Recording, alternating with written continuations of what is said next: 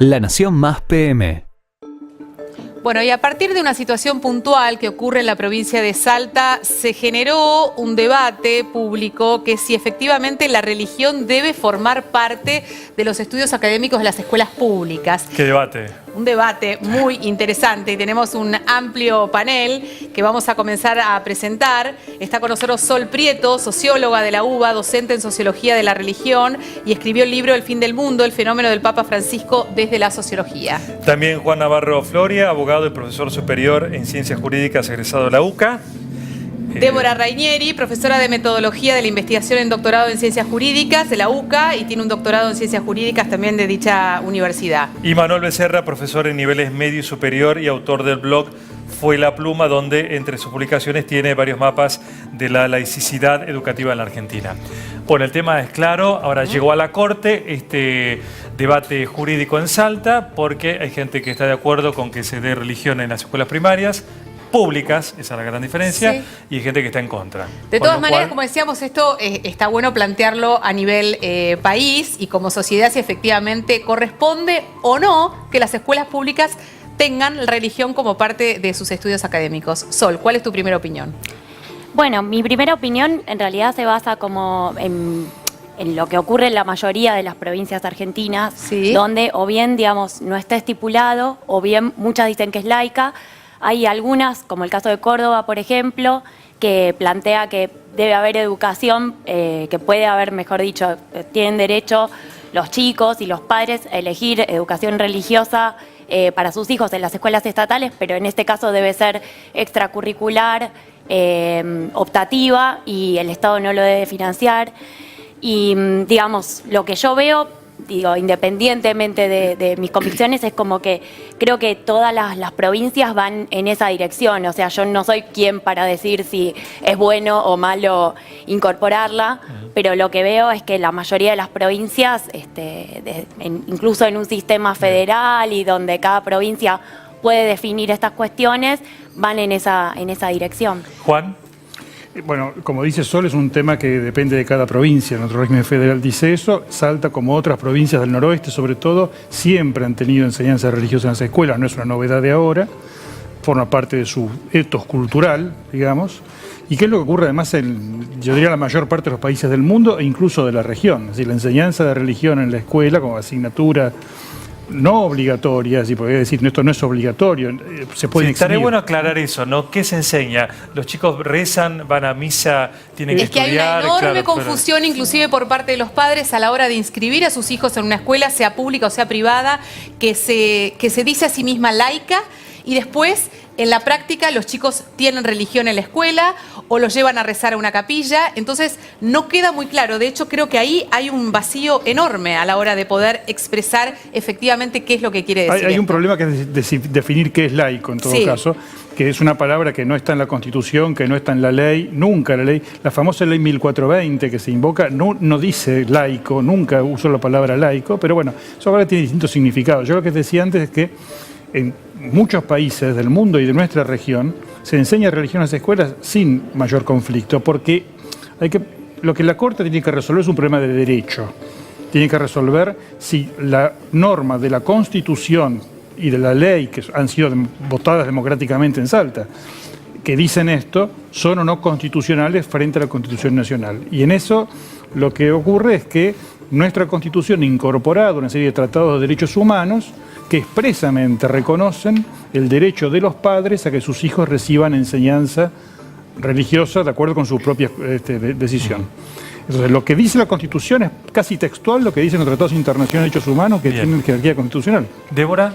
Sí, y además de la legislación, estar de acuerdo con los tratados internacionales y con la Constitución Nacional, es interesante el modo en que se implementa en Salta. En primer lugar, hay que decir, como decían aquí, hay que entender la idiosincrasia de la cultura salteña, ¿no es cierto? Casi todo el nordeste es así. La religión no es considerado un elemento fuera de la cultura. Eso quizás desde Buenos Aires o desde otras visiones se dificulta comprender esa realidad.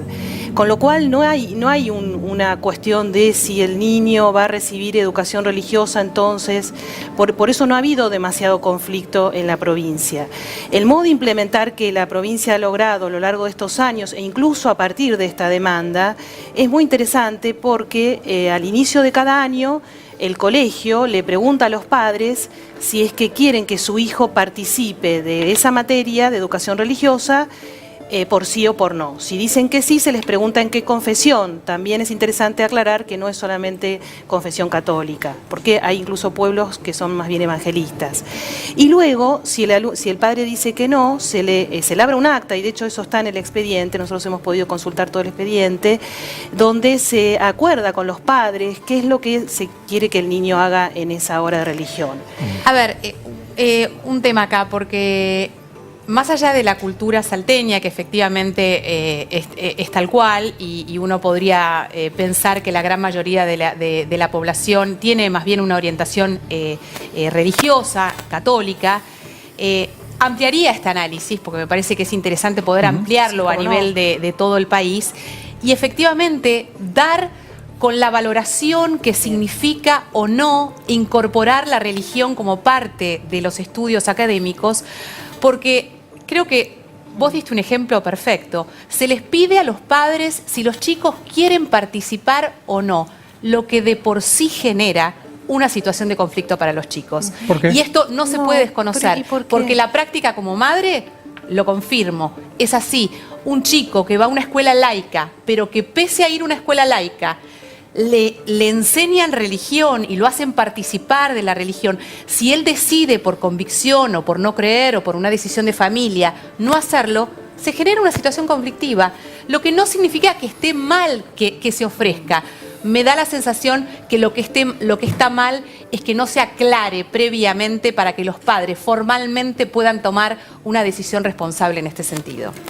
Es que, bueno, lo que sucede es que el caso tiene que ver con situaciones específicas de discriminación que se producen en las escuelas públicas de Salta, de señalamiento de las personas que no participan de los ritos que siguen sucediendo, lo que está en el expediente y lo que surge de investigaciones como la de Sol Prieto, es que hay situaciones donde se hacen rezos concretamente del rito apostólico, católico apostólico romano, donde los chicos participan de ese rito o forzosamente o aceptando la situación o directamente quedan afuera del grupo, lo cual en el contexto del crecimiento, digamos, del desarrollo de un chico que tiene que ir formando sus opiniones, etcétera, y sus identidades sexuales, políticas, religiosas o no, genera obviamente una situación muy compleja porque se dan, como decía, estas situaciones de discriminación. En la escuela, permanentemente, yo soy docente y a nivel medio, tenemos situaciones de discriminación entre los chicos y nosotros como agentes estatales mediamos para desarmar esa situación.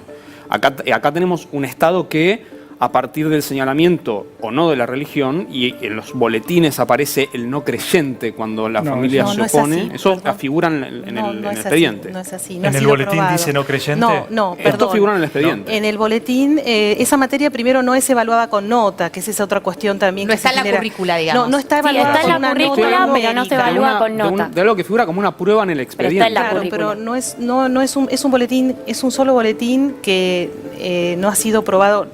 El problema aquí es también la vía jurídica. Este caso llegó por vía de amparo y durante bastante tiempo la provincia y los colegios demandados no pudieron defender y aportar prueba porque la vía de amparo justamente lleva la rapidez. De hecho, creemos que jurídicamente la vía no era la más apropiada. Entonces hay mucha prueba que se perdió en el camino y es un único boletín en que solo figura en el expediente el no creyente, y ninguna otra nota ni otra materia, ¿no es cierto? Bueno, pero más allá de eso, no es así la práctica, porque ustedes pueden ir a Salta y preguntar y que muestren en los colegios los boletines, se les pone si concurre o no concurre a la materia directamente y no se evalúa con una nota. ¿Y si un chico no va nunca, qué pasa? Pasa que, por eso, o sea, formalmente no es ¿Qué que... le pasa a ese niño? ¿Qué va al recreo, digamos? Bueno, ahí depende de lo que a veces pasa. sale del aula. Ahí está el conflicto. La idea sería que no cuantos sale. sean. Ahí está el conflicto. Bien. ¿Qué hace ese niño? Depende. Que se diferencia del resto resto del grupo, siendo muchas veces un chico de 7 años, 8 años, donde la identidad con el grupo es sumamente importante para su identificación. Muy fuerte. Hay un señalamiento muy fuerte del chico que no participa de lo que participan todos los demás, justamente siendo una minoría. Insisto, y no lo digo con un componente negativo, simplemente con un intentando analizarlo desde el punto de vista social de ese chico que está creciendo. Estamos diciendo distintas cosas que conviene aclarar. Se habló de rezos, por ejemplo. Sí. La asignatura religión no es rezar. Entonces, obviamente que si en algún lugar se impone a alguien que reste, eso está mal, hay que decirlo. Y pero eso no es lo que se está discutiendo. Si hubo casos donde eso haya ocurrido, eso está mal. Pero tampoco está mal rezar, digamos, ¿no? Hace 4 o 5 años hubo un caso en Neuquén donde en una escuela del Estado, un grupo de alumnos que eran evangélicos bautistas se juntaban en el recreo a hacer oraciones. Y hacer oración de modo muy ostensible. Eso generó un conflicto, porque, bueno, toda una discusión. Bueno, pues, a ver, en definitiva era parte de su libertad, después más allá de si el modo que lo hacían era mejor o peor. De todas maneras, no es rezar. lo que se enseña, la historia de la religión. Yo fui a un colegio laico, a mí se me enseñó la historia de la religión. En ningún momento alguien me indicó si Jesús era bueno o malo de acuerdo a mis acciones o las decisiones que yo tomaba en mi vida. No, esto no es catequesis. Por eso digo, es justamente, primero pensemos que es nivel primario, ¿no es cierto? Es a través de imágenes, es más la historia y el contenido de las distintas religiones, porque nosotros tenemos noticias de varios colegios que en algunas aulas la maestra a principio de año sabe en un grado, no sé, de 20 chiquitos, por ejemplo 10 son de confesión católica, 5 evangelistas, 1 testigo de Jehová, 2 no creyentes, entonces la maestra arma la currícula de ese año de acuerdo a esa realidad que tiene en el aula, tratando de que los niños no salgan incluso, sino que cada grupo trabaje de acuerdo en el aula con el contenido que los padres piden. Eso está en el expediente, está labrado, ¿no es cierto? Es verdad que hay padres que dicen directamente yo no quiero que a mi hijo se le hable de Dios, ni tenga ningún contacto con la religión, entonces ahí los padres deciden si la materia, por ejemplo, se da en la última hora, se van 1 hora antes o entra 1 hora más tarde, o hace tareas para adelantar que tiene que hacer en su casa.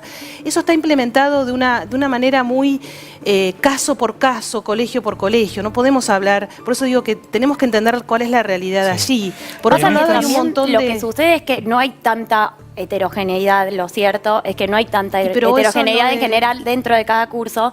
O sea, es cierto que en general, porque esto para decir, porque decimos que no es catequesis, pero a mí lo que me dicen es, hay docentes evangélicos, ¿no? Que trabajan en general con comunidades evangélicas, que en general son comunidades, digamos, indígenas, exacto. Y por otro lado, hay docentes católicos que trabajan en general con comunidades que son homogéneamente también católicas. Ahora, ¿cuál es el problema? Es cierto que la mayoría, digamos, los datos lo que indican es que cerca del 90% de los salteños son católicos. Ahora, eso no quiere decir que por eso hay que, digamos, marcar como diferentes al 10% que no es. O sea, hoy por hoy en Salta solamente hay alrededor de 4 escuelas que no brindan educación, donde no hay educación religiosa y son privadas.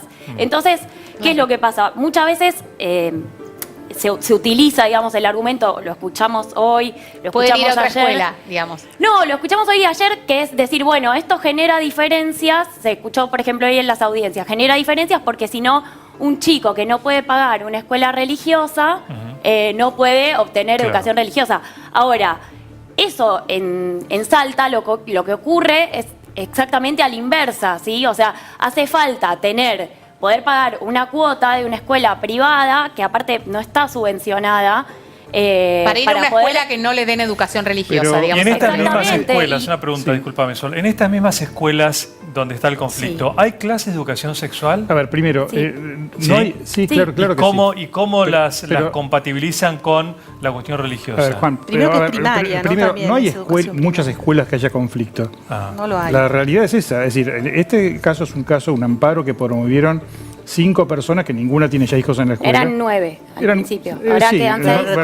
Demoraron 9 años no llegar a la Corte de Justicia al caso. O sea, a pesar de que fue veloz. Sí, es muy interesante también tener en cuenta que todo el proceso del caso intervinieron en primera instancia en Corte de Salta y en Corte Suprema los defensores de menores. Hay sendos dictámenes de defensores de menores que justamente tienen la facultad de ver si en estos casos ha habido discriminación y resguardar a los niños.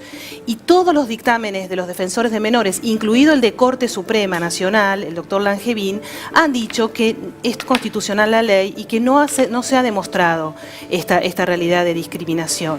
Y que esos son dictámenes que hay que tener en cuenta porque son aquellas autoridades que se encargan de velar por el bien de los niños. A ver, ¿cierto? insisto en salirnos un poquitito del caso de Salta, que entiendo tiene una idiosincrasia particular, y posiblemente, efectivamente, de hablemos acuerdo en general.